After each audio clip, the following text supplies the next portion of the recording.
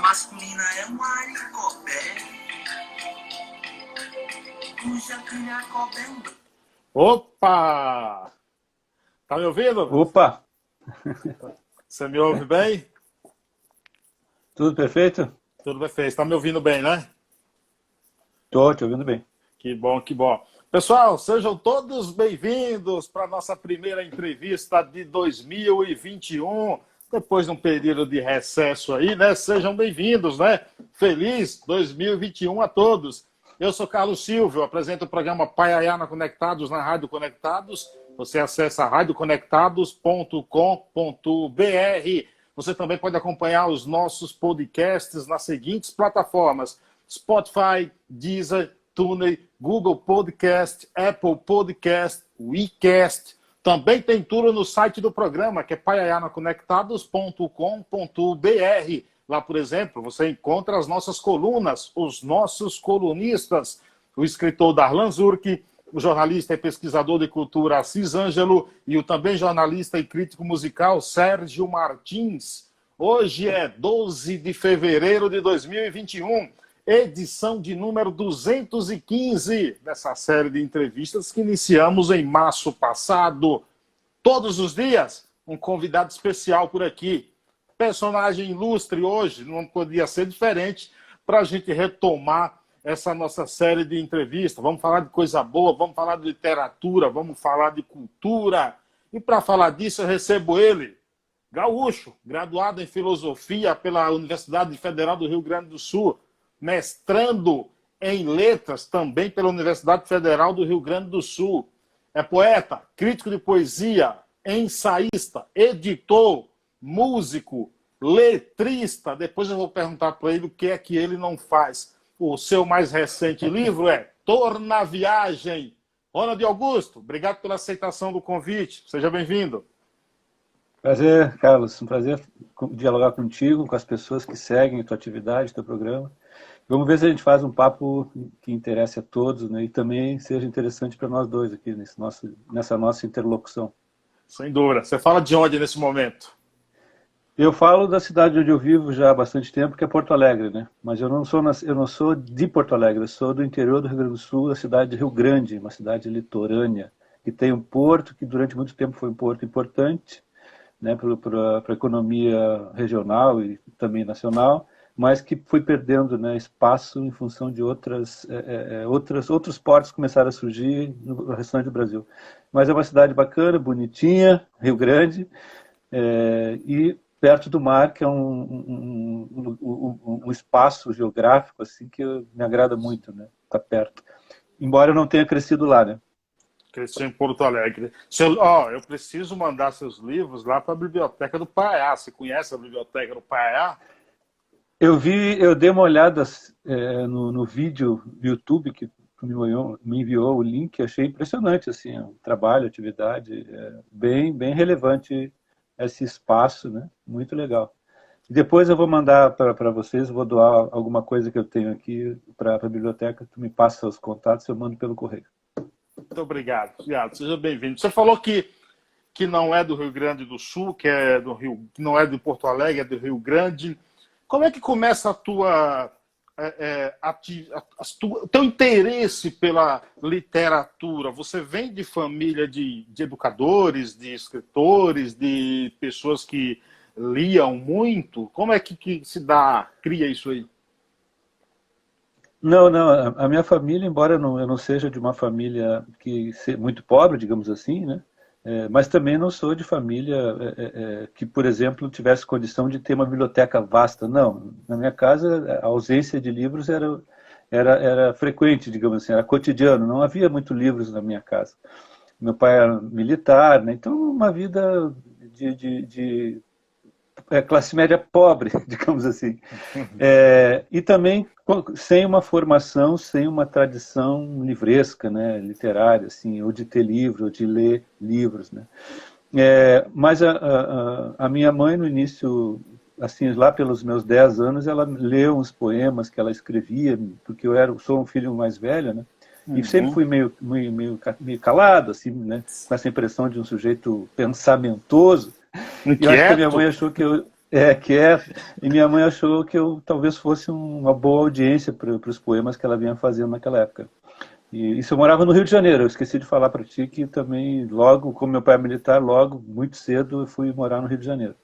Uma cidade também com o mar muito próximo. Enfim, mas esse primeiro contato, ouvindo os poemas da minha mãe, e ela depois me emprestando um livro de poemas, que eu li e achei bem interessante, né?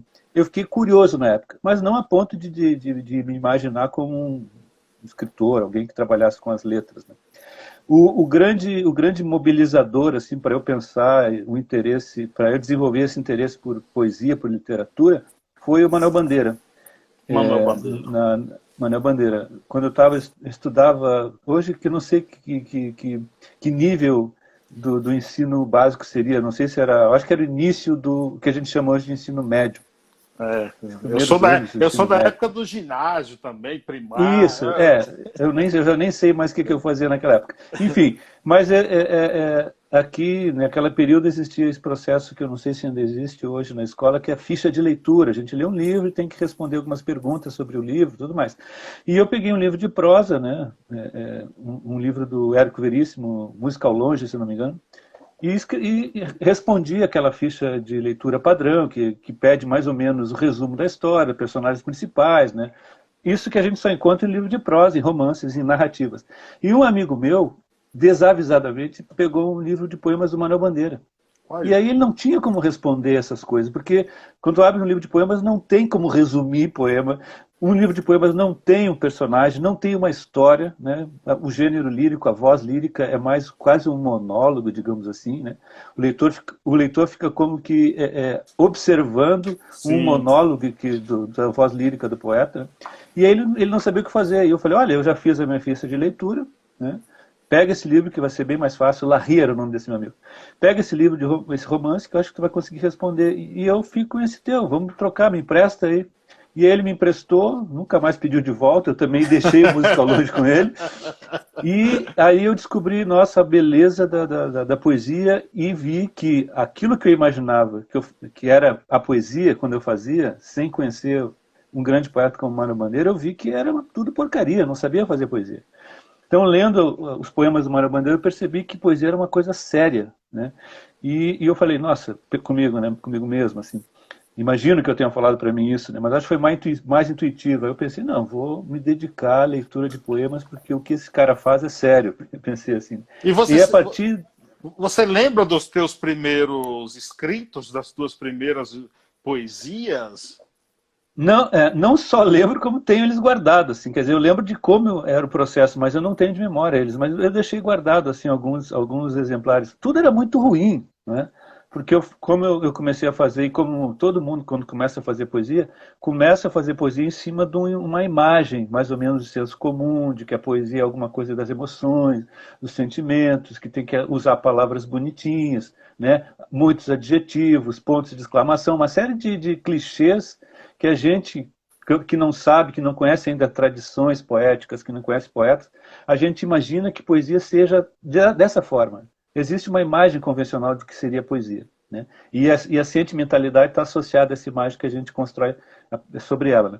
E então era assim que eu também comecei a fazer poesia, imaginando, né, que eu estava fazendo poesia de verdade. Na verdade não era só um simulacro, né, muito ruim de poesia.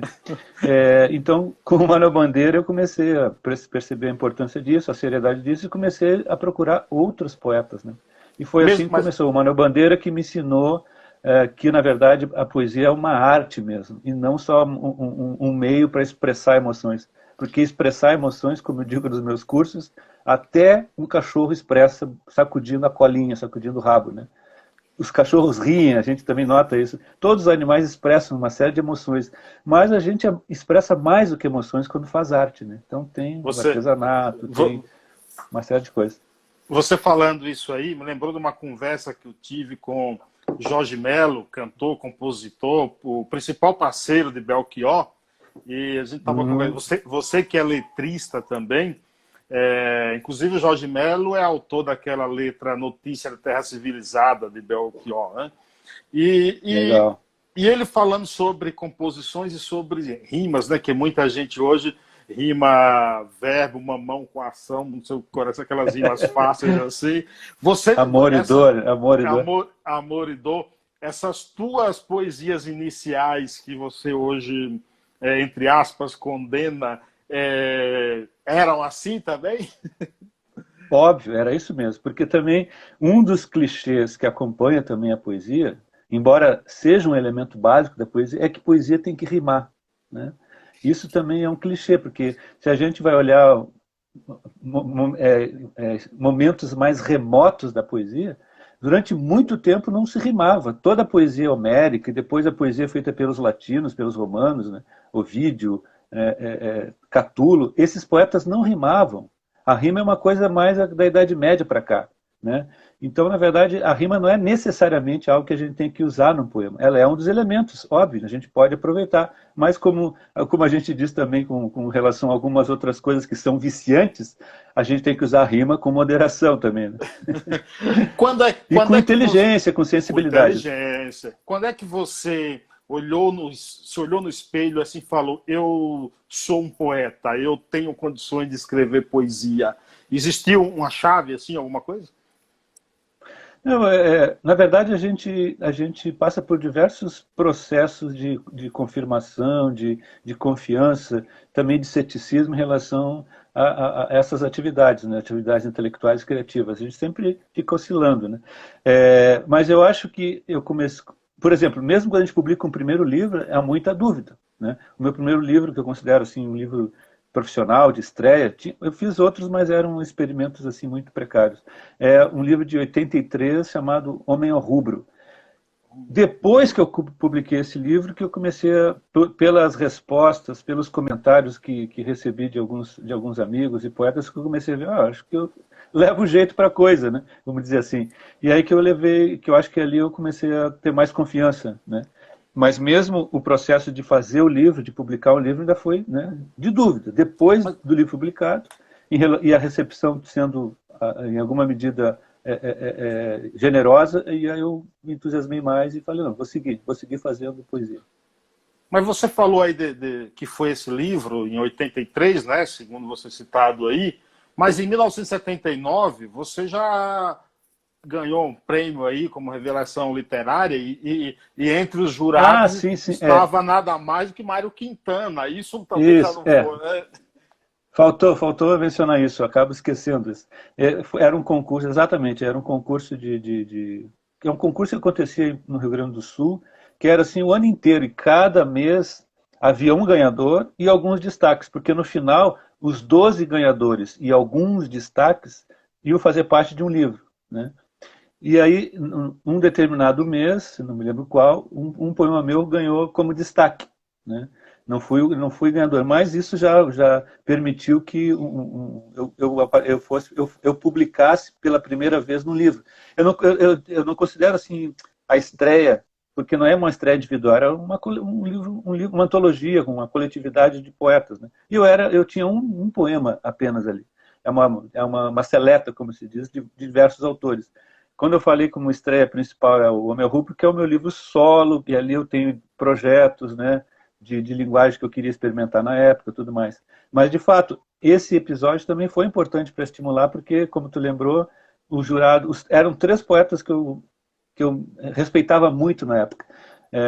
O Mário Quintana, Heitor Saldanha, muito pouco conhecido no Brasil, e mesmo aqui no Rio Grande do Sul, é um poeta do Rio Grande do Sul, mas também pouco valorizado, e o Carlos Nejar.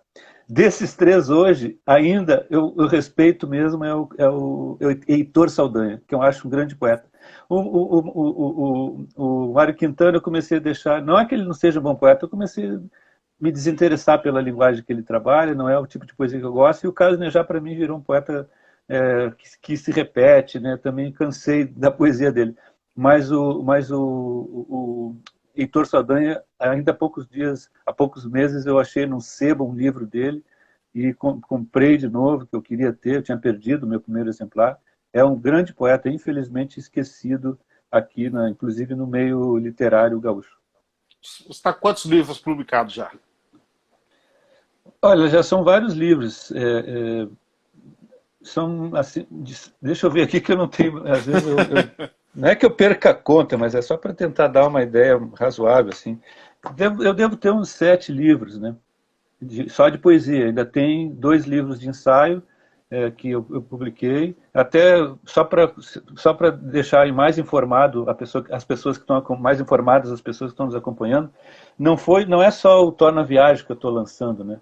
No final de 2020 eu lancei o Torna Viagem e mais esse livro de ensaio, que é o Leitor Desobediente, e esse livro que é o A Contragosto do Solo, que saiu pelo selo Demônio Negro lá de São Paulo.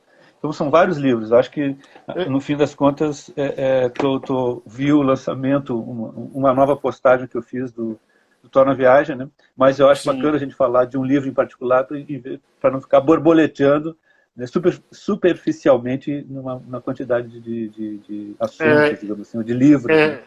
Eu vou falar dos títulos do teu livro, que me chamou muito a atenção, mas me chamou a atenção também essa capa que você mostrou aí de um deles aí agora, entendeu? Qual deles? O outro. Essa aqui? Isso, essa aí. Me chamou a atenção. Essa aqui? Isso, exatamente. Leitor Desobediente. Esse é o livro de ensaio. Né?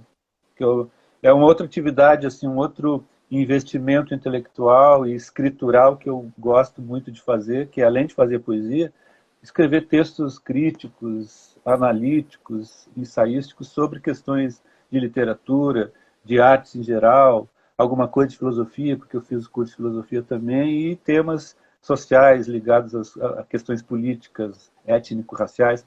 Esses temas eu gosto muito de escrever, comentar questões, né? Você falou agora de Homem ao Rubro, e sim. No assoalho, tem também No Assoalho Duro, Cair de Costas, Hipásia, que eu espera.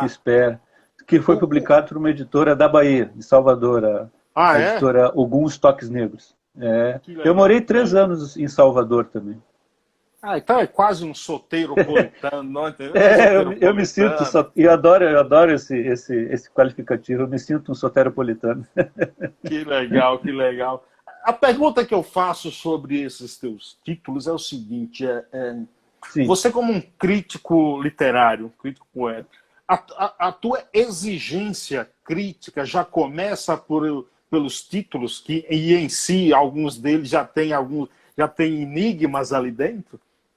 Sim, já começa. Eu acho que eu tenho uma concepção de que o título, seja de um poema, seja de um livro, embora ele também possa ser considerado como um paratexto, esse conceito que significa todo texto, toda informação que precede o que está no miolo de um livro, né?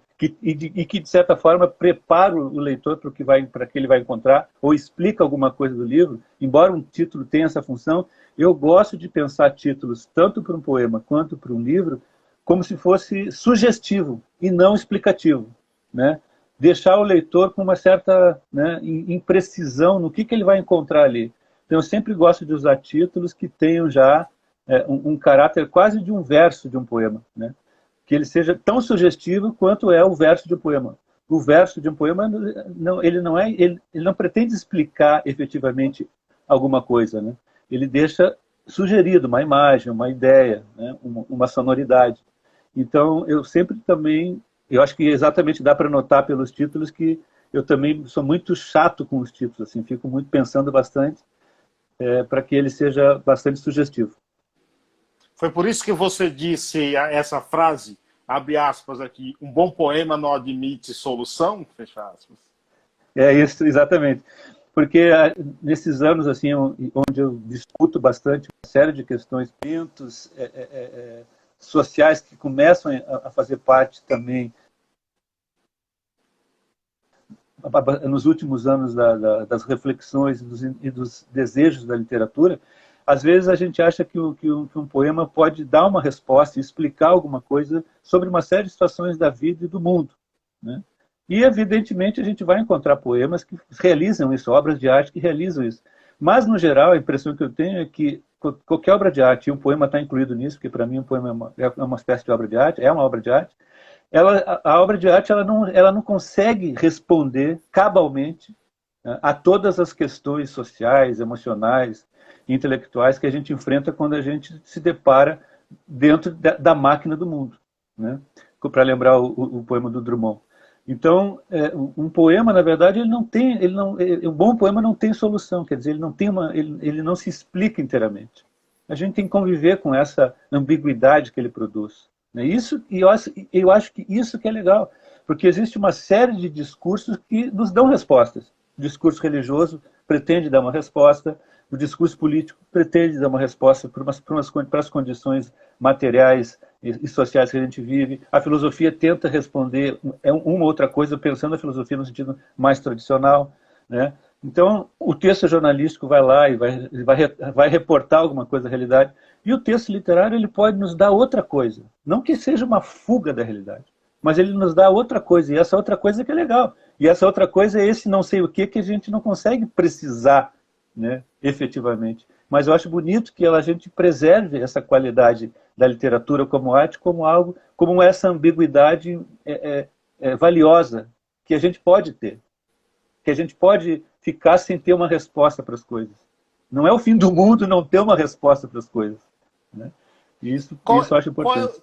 Qual é o papel da poesia num mundo tão conturbado, tão cheio de especialistas, por exemplo? Eu acho que ela pode ter diversos papéis, e ela pode ter diversas funções, e essas funções que eventualmente ela venha a ter são resultado dos interesses, dos desejos de cada poeta. Porque, na verdade, é difícil afirmar que a poesia pretende isso e não aquilo. Pensando a poesia como conceito, a gente não é difícil colocar um caminho para a poesia enquanto conceito. Cabe tudo na poesia.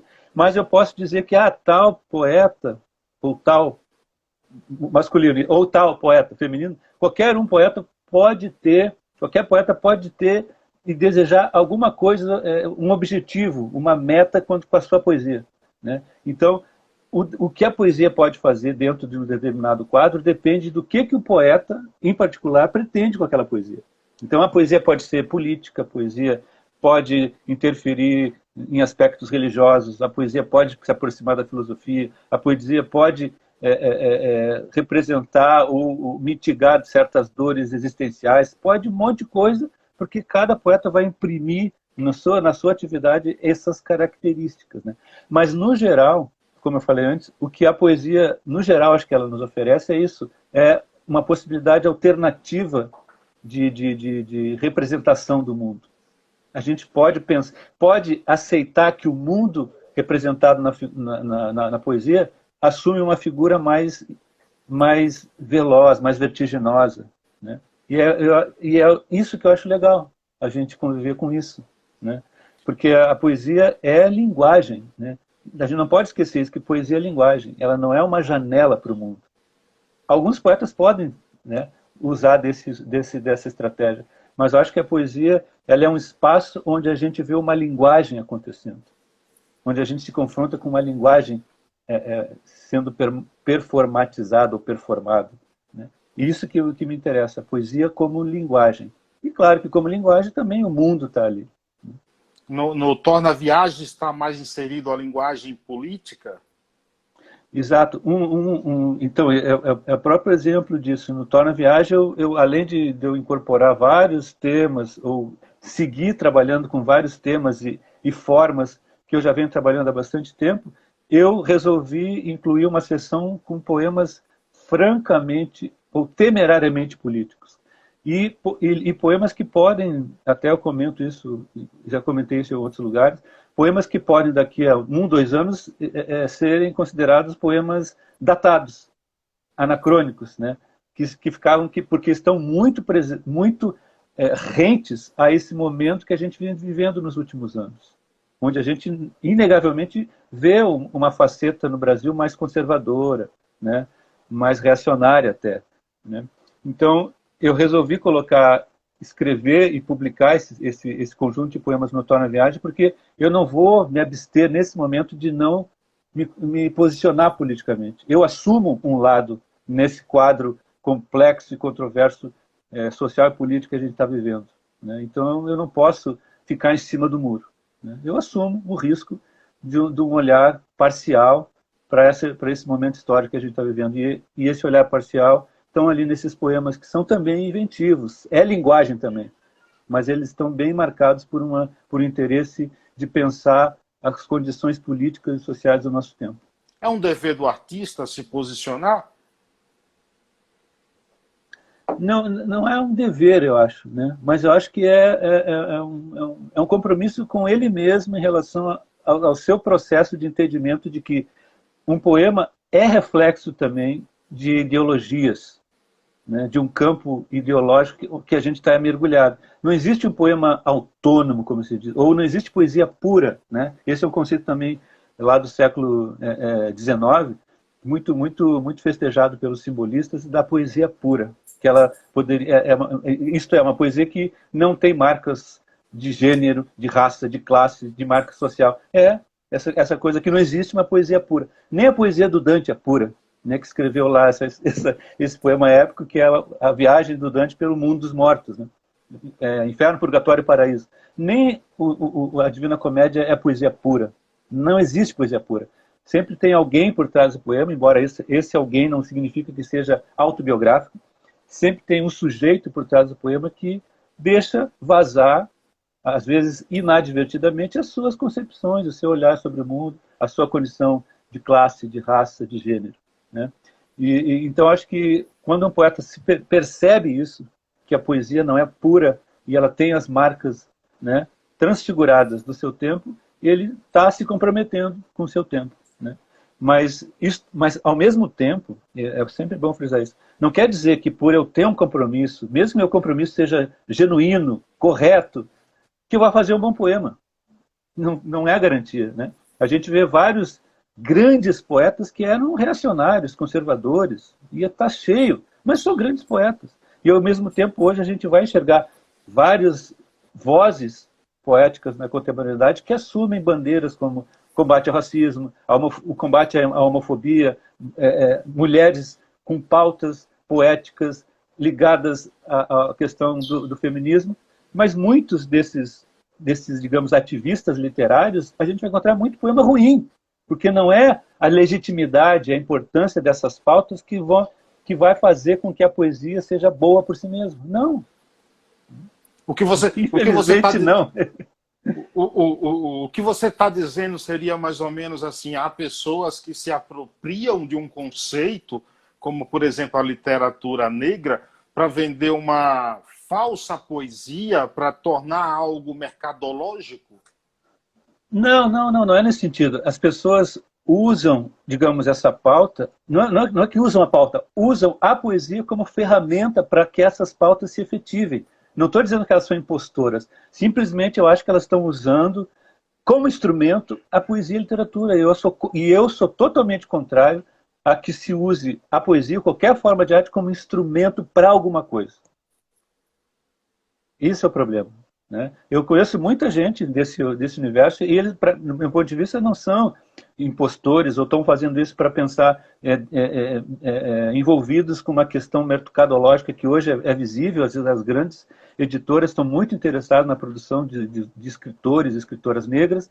Não é isso que eu estou dizendo. Eu estou dizendo que essas pautas estão instrumentalizando, essas e outras pautas, estão instrumentalizando a arte. A arte é só uma ferramenta para alcançar tais objetivos de mudança social, que são objetivos e muito nobres, eu acho. A gente tem que mudar mesmo, tem que acabar com o racismo, tem que acabar com o machismo, com a homofobia, com a tortura, com uma série de coisas horrorosas, mas eu acho que tem ferramentas ou instrumentos mais eficientes. Fazer a poesia e a arte como um mero instrumento para isso, eu acho terrível, né? Eu não acho legal, porque a gente vai ver muita poesia ruim. Não digo quando eu digo ruim, não é que é um poema, uma poesia que é falsa, que é uma picaretagem, que é uma impostura. Não, são simplesmente, não, na verdade nem são poemas, né? São peças verbais que tentam mudar alguma coisa na sociedade usando bandeiras importantes, né? É nesse sentido.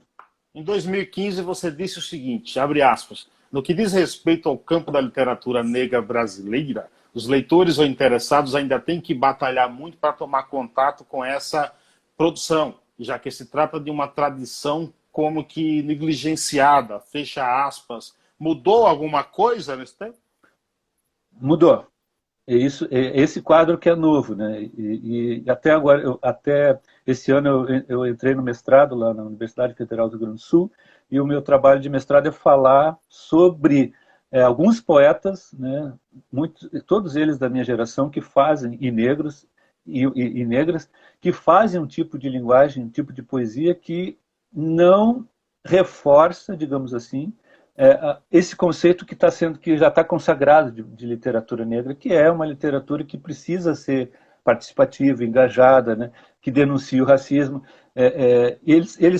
Por outro lado, esses poetas que eu estou estudando, eles não são de modo algum indiferentes a isso, eles são pessoas negras conscientes dessa luta, mas eles fazem um trabalho com a linguagem que justamente isso, eles não instrumentalizam a poesia em função das causas, né? Porque justamente a grande mudança de 2015 para cá é isso de que essa literatura ela ganhou um prestígio muito grande. Ela ganhou um prestígio inicialmente na academia, né? Existem várias teses e dissertações, dissertações e teses, vamos começar na sequência, como é que é mesmo, falando sobre essa produção. E agora, nos últimos anos, as próprias editoras estão interessadas em publicar autores negros. A Companhia das Letras, por exemplo, é o exemplo máximo disso, que começou a publicar, lançou o livro do Carlos Assunção, um poeta de 80 anos, que eu já conheço há 30 anos, mas agora ele é uma novidade para esse mercado mais amplo, né? Vai lançar as obras da Carolina Maria de Jesus. Então, as grandes editoras descobriram esse filão, graças também à atividade lá da Djamila, o selo dela, né? Que vende que nem água, vamos dizer assim, e eles, né, as editoras, como são ferramentas do mercado e do capitalismo também, precisam vender seus produtos, sua mercadoria, eles, olha, tem um filão. Mas é isso que é interessante também, porque não são a prova de que essa produção começou a interessar grupos bem maiores do que só leitores negros, vamos dizer assim, é justamente esse interesse das grandes editoras. Outro dia mesmo eu fui levar minha filha de 2 anos na escolinha, agora interrompeu por causa da pandemia, e eu fui lá e tinha uma professora sentadinha lendo branca, loira, aqui no Rio Grande do Sul é muito forte a presença dessa gente, digamos assim, dos eurodescendentes, lendo o livro de combate ao racismo da Djamila, esqueci o título do livro, eu tenho aqui, eu fui olhar aqui, estava lendo o livro da coleção da Djamila, que trata sobre a questão do racismo. Então, isso é legal que várias pessoas se interessem por isso, de todos os campos sociais e étnicos, né? A racialidade branca também tem que se interessar por isso. Então, esse quadro é novo justamente por isso, porque agora também há outros leitores, né, interessados nessa produção. Quando você fala, por exemplo, de uma leitora branca lendo o livro aí, de combate ao racismo, como você citou, você ainda sente falta de que a grande mídia ainda não exponha, por exemplo, numa propaganda, ou sei lá, numa novela, ou seja lá que for a programação, um leitor negro lendo? Me espanta ainda. Há tempos eu observo isso. Há muito tempo eu observo isso. Primeiro, um detalhe. Isso que vai servir de premissa para o que eu vou falar em seguida. Não existe uma literatura brasileira. Existe uma literatura branca brasileira, né? Porque majoritariamente quem sempre produziu, historicamente, foram os brancos. E essa literatura acaba, disfarçadamente, ocultando essa verdade. A literatura brasileira é a literatura feita por pessoas brancas, né, no geral. Agora que está começando a mudar. Então, no campo, especificamente no campo do sistema literário, a gente vê várias propagandas, várias chamadas para cursos, oficinas, festivais de literários. E as peças publicitárias, quando constrói a imagem que vai vender tal ou tal evento, quando aparece um modelo com um livro na mão, ou apenas um livro na mão de uma pessoa, nunca é de uma pessoa negra. É frequente isso, eu noto. Tem várias propagandas pagas aí no Instagram, no Facebook, de escolas que fazem curso de literatura, etc. E sempre tem um personagem, alguém, um modelo, né, de propaganda, ou sentado numa máquina de escrever, né, ou, né, com um livro na mão, e sempre uma pessoa branca.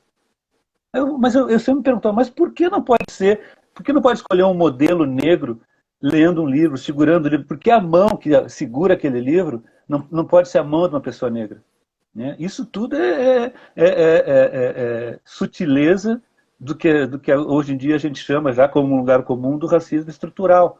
Naturaliza-se uma imagem de que as pessoas negras não são leitoras. E, portanto, que a literatura não é para pessoas negras. Nem como produtores, nem como leitores, né? Então eu sinto falta, eu acho que é importante isso, né? É muito importante que isso aconteça, né? Até outro dia mesmo eu vi, é legal isso. Era um seriado, todo mundo, Bridgerton, não sei nem pronunciar direito esse seriado, que se passa numa Inglaterra meio vitoriana, vamos dizer assim, e há personagens negros, com a rainha negra e tudo mais. Mas como é uma peça de ficção, por que não pode ter atores negros fazendo os personagens?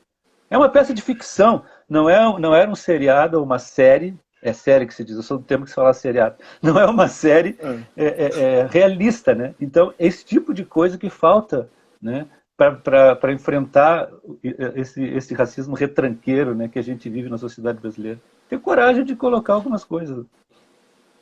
Machado de Assis era negro. Você entende ou percebe também que, em certas vezes, parece que querem vender a imagem de um escritor branco em Machado de Assis?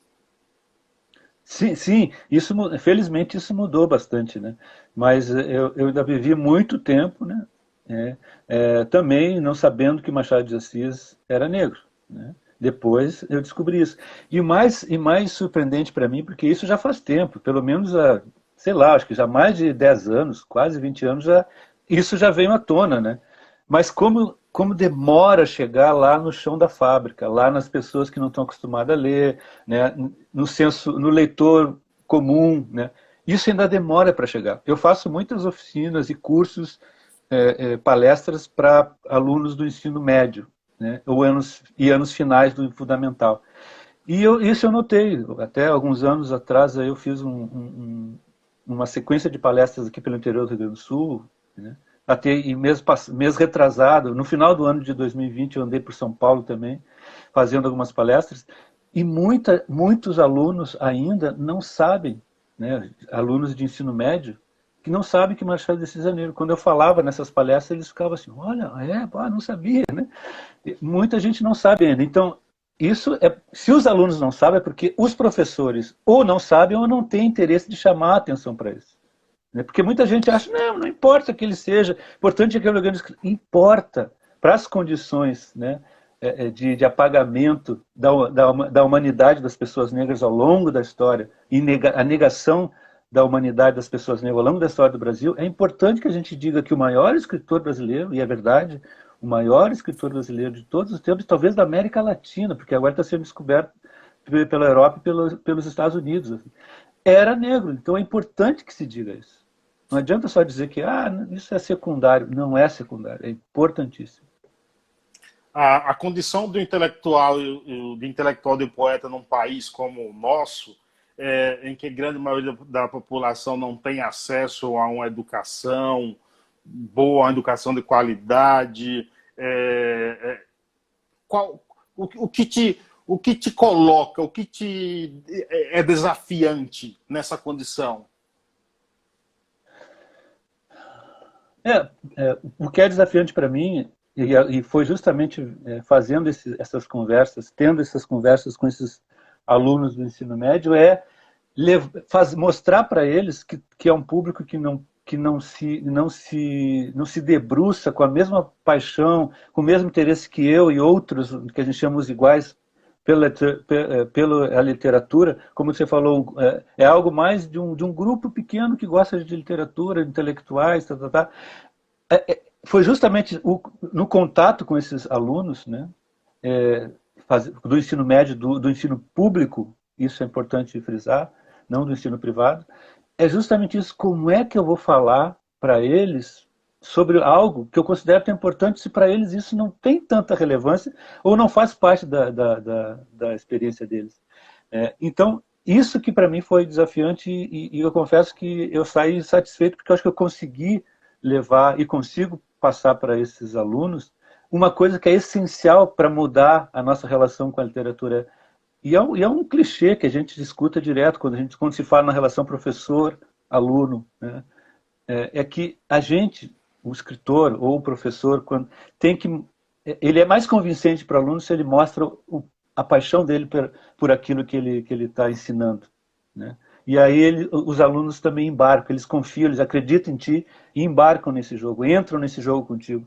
Eu acho que é por isso que, para mim, eu noto isso, eu vejo depois na recepção, no diálogo depois das palestras, eu acho que eu consigo passar para esses alunos como a literatura é algo legal, bacana, principalmente, claro, para mim.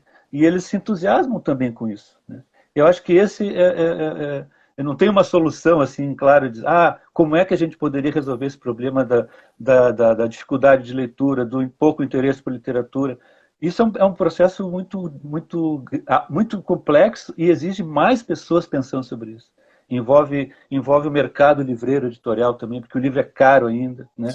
O poder público deveria estar mais atento. Eles têm projetos, mas eu acho que deveria cuidar mais disso, de subsidiar, talvez. Não sei como, eu também não tenho uma resposta clara sobre isso. Mas o modo como eu talvez colabore de algum modo para mostrar que a literatura é uma coisa importante é isso. Quando eu vou falar para os meus alunos, eu não fico dizendo, a literatura é importante porque vocês têm que ler, porque vai transformar vocês. Eu tenho que conseguir transmitir para eles cai na subjetividade, não é? Eles têm que embarcar, não vai embarcar, eles têm que topar participar desse jogo por essa questão subjetiva. Isso também é um outro clichê que, para quem é pai, sabe muito bem disso é que a educação dos filhos é muito mais, como se diz, pelo exemplo do que pelas coisas que a gente tem que dizer para o filho, né? Se o meu filho me vê lendo, eu não preciso dizer para ele, tu tem que ler. Então, aqui em casa a gente tem livro, eu leio. A Martina, nossa filha, que vai fazer 2 anos, ela vai.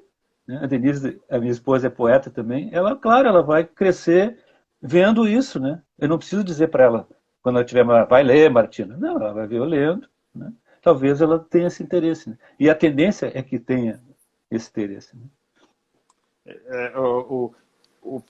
A poesia, cara, ela é a maior arma para enfrentar essas agressividades da nossa realidade, do nosso dia a dia, as agressões que a gente sofre, principalmente em se tratando de negro, como eu sou um negro de descendência indígena também.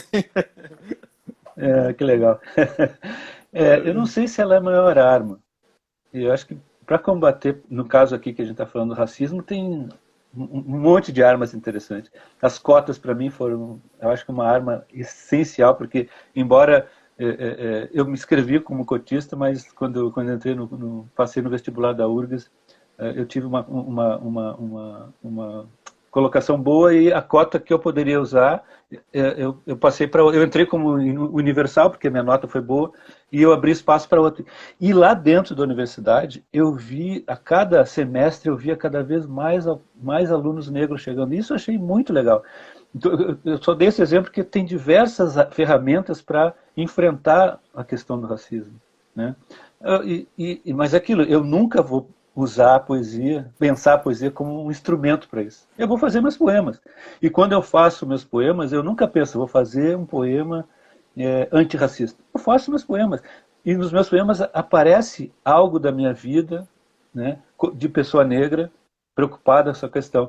Mas eu não transfiro para o poema essa função de que ele tem que mudar as pessoas, ou tem que mudar quem é racista ou não. Eu não fico pensando nisso, eu simplesmente faço meus poemas. Né? E ali vão aparecer coisas. Né? Você como intelectual e um crítico, você também toma um certo cuidado para que a tua poesia não caia, por exemplo, numa linguagem um tanto quanto hermética e dificulte até a leitura e a compreensão aqui entre aspas, das pessoas que querem ler uma poesia e vivem nos grotões da vida? Você tem esse cuidado? Não, não tem esse cuidado. Porque eu vou te dizer o seguinte, é que tem poetas de todos os tipos, como eu falei. Então, não existe a poesia é um conceito só, né? Não existe poesia, na verdade. Existe os poemas do Manuel Bandeira, os poemas do Drummond. Existe uma série de percursos poéticos de diversos poetas que são abrigados, né, nesse conceito de poesia. Porque a poesia é um conceito que é disputado. Né, é isso. Então, o que existe mesmo, de fato, são os poemas de diversos poetas. E nesse universo cabe um monte de formas poéticas e um monte de tipos de discursos poéticos. Então, nos extremos estão poemas que são mais claros e objetivos, e num outro extremo estão poemas mais herméticos, mais fechados. E no meio disso é uma gradação onde essas coisas ficam oscilando. Mas esse poema que é mais hermético e difícil, digamos assim, ele não deve ser excluído. Nem o poema, o poeta que faz um poema mais comunicativo, mais claro. Porque essas dicções extremas, esses discursos extremos, que são quase antitéticos, se opõem, eles vão encontrar os leitores que apreciam um ou outro tipo de linguagem. Eu sempre fui um tipo de leitor e que sempre gostei mais de poemas assim, que nem tu falou, meio enroscados, herméticos, que as pessoas dizem que são difíceis. Né? Eu comecei com isso, ainda tenho muita atração por isso, tanto que a minha poesia reflete bastante isso. Mas com o tempo, com as minhas leituras, eu fui apreciando também, começando a apreciar esse outro tipo de poesia mais objetiva, mais clara, mas não porque ela é mais fácil, porque ela me explica melhor a coisa, é porque ela dá ela tem um outro ritmo, outra cadência, e me oferece outras coisas. Né? E tanto de um lado quanto do outro, tu vai encontrar poemas bons e ruins. Um poema que é super claro, que todo mundo entende, pode ser uma bosta. Desculpa a expressão, pode ser muito ruim, pode ser horroroso. Né? E um outro poema, né, que aparentemente é um poema hermético, as pessoas vão dizer, nossa, isso sim, pode ser também outra tremenda bosta. Né? Então, não tem uma fórmula para um poema dar certo. É aquilo que tu acabou de mencionar ali, né? Não tem solução. Tem alguma coisa em um ou outro poeta, em um outro poema, que vai resultar em algo funcionalmente interessante, esteticamente interessante. Não tem. Então eu acho assim, o leitor depois ele vai começar a descobrir os tipos de poemas que ele gosta, que ele curte. Talvez ele não goste dos meus, mas talvez vai gostar de outro. Isso que interessa. E eu não escrevo para que... Eu não escrevo... E outra, desculpa, só para complementar, se os poetas que escrevem de um jeito, digamos, que é mais obscuro, mais hermético, eles não fazem isso para complicar a vida dos leitores. Isso é um erro que as pessoas de interpretação. Eles fazem assim porque eles fazem assim, porque esse é o tipo de linguagem dele, né? Assim como eu não posso exigir que fulano de tal, que é mais circunspecto, que é mais tímido, seja uma pessoa esfuziante para fora. É isso um pouco. Os poemas e certa abertura ou fechamento dos poemas está ligado também com o temperamento do cara que produz. Você já teve publicações em revistas americanas, alemãs, tua poesia já atravessou aí uma grande fronteira. Se sente realizado e satisfeito como poeta? Eu gostei muito quando eu vi poemas meus publicados nos Estados Unidos, na Alemanha. Agora pela primeira vez saiu um conjunto de poemas traduzidos para o espanhol, que saiu num site argentino, se não me engano. Tem pessoas professores que estudam meu trabalho na França, também achei muito legal isso, na Alemanha, né, que estudam, não só publicam meus trabalhos. Então, isso dá uma certa satisfação, né? Mas eu gostaria, e isso, claro, com o tempo, eu gostaria de, no futuro, ter um livro publicado no exterior, né? Em algum país, né? Então, um livro completo traduzido. Geralmente é um pequeno grupo de poemas que é traduzido, né? E aí a gente vê publicado numa revista ou outra. Mas um dia eu quero ter um livro meu publicado, né? E na íntegra, traduzido, bilíngue, essa coisa toda. Que eu acho muito legal porque amplia, né? O universo de leitores, o campo de interpretação do teu trabalho. Então, isso é uma coisa legal. Eu quero que um dia aconteça, né? Por falar nisso, deixa eu mandar um abraço aqui para o amigo Bill Richberg, jornalista americano, está lá em Paris, na madrugada de Paris, acompanhando a gente. O Aldo Montes, é coaching, está aqui também. O perfil Haas Souto, muito bom, dizendo aqui. Célio Ferreira, Alex Lima também, muito obrigado, entraram por aqui. O James disse, o poeta pode desenvolver uma poesia para apresentar alguma coisa que o incomoda. Por isso, poesias que falam de política ou outros temas, fazendo essa poesia, ele desabafa, acho.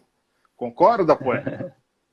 Não, como eu te falei, a gente vai encontrar poetas que também, digamos assim, caminham, constroem seu percurso para essa linha de uma poesia mais catártica. Não tem, né? Eu não posso controlar, a gente não consegue controlar isso. Então vai ter poetas que vão ter esse lado mais de usar a poesia como uma ferramenta para desabafar, como disse o amigo ali, né? Mas esse é um processo. E a mesma coisa vale para o que eu disse sobre poesia hermética ou poesia mais clara.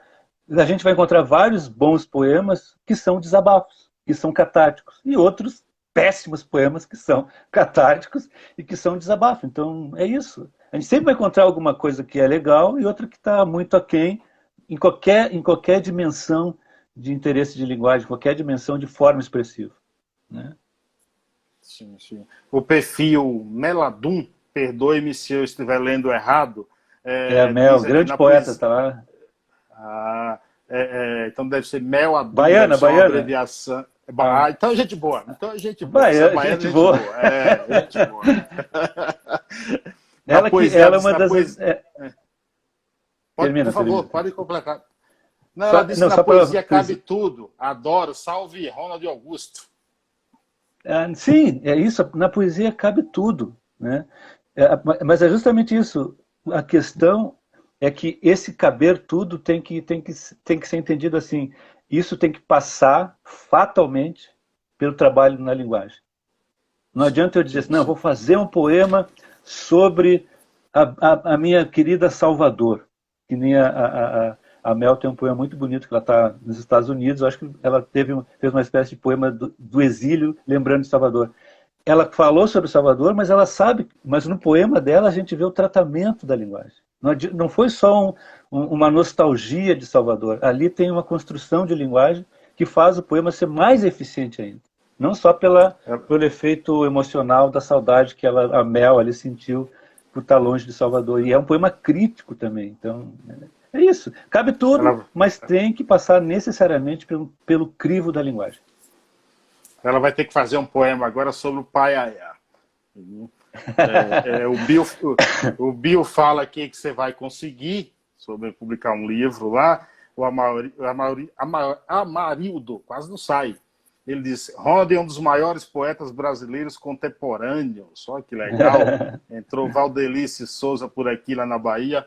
Ô, poeta, mestre, para quem quiser encontrar os teus livros, onde estão disponíveis? Estão também em formas digitais ou você ainda é só no papel? Não, eu tenho um poema, eu tenho um livro só, que é o Nosso Olho Duro, que ele é em e-book. Então entra na Amazon lá, dá para baixar por e-book. E no mais eu gosto de livro impresso, papel mesmo, né? Então esses livros aqui que eu acabei de mostrar, o Torna a Viagem, o Leitor Desobediente e o A Contragosto do Solo, as pessoas têm que entrar nas respectivas editoras, nas páginas de venda das respectivas editoras e lá fazer a compra do livro, né? Esse é o processo, principalmente hoje em dia que a gente está nessa pandemia, né? Então, sim, esse é o caminho, né? Também entrando em contato comigo, se eu tiver exemplar, né, nas redes sociais, se eu tiver exemplar comigo, a pessoa pode comprar diretamente comigo, porque também já levo o livro autografado. Poeta gaúcho, você é Grêmio ou Inter? Eu sou Inter. É Inter? Sou Inter. Tá lá em cima, tá bem na fita. Mas a gente deu um vacilo agora que a gente perdeu pro Fortaleza lá, né? E aí o Flamengo a gente Ceará, só tá um ponto do Flamengo. Perdeu Ceará? Perdeu pro Esporte. Esporte do Recife, né? Isso, perdeu pro Esporte Recife. Isso. Eu gostaria de te agradecer por ter disponibilizado esse tempo, bater esse papo aí. Eu que agradeço. Obrigado, sinto-me honrado aí em você ter muito legal. aceitado. Adorei a maneira como tu conduziu a entrevista, muito legal. Eu que agradeço. Muito obrigado, mestre. Se inscrevam no canal Obrigado. Paiaiana Conectados, que esse vídeo vai lá para o YouTube. Grande abraço. Até a Massa. próxima. Tchau, tchau. Falou. Tchau, tchau.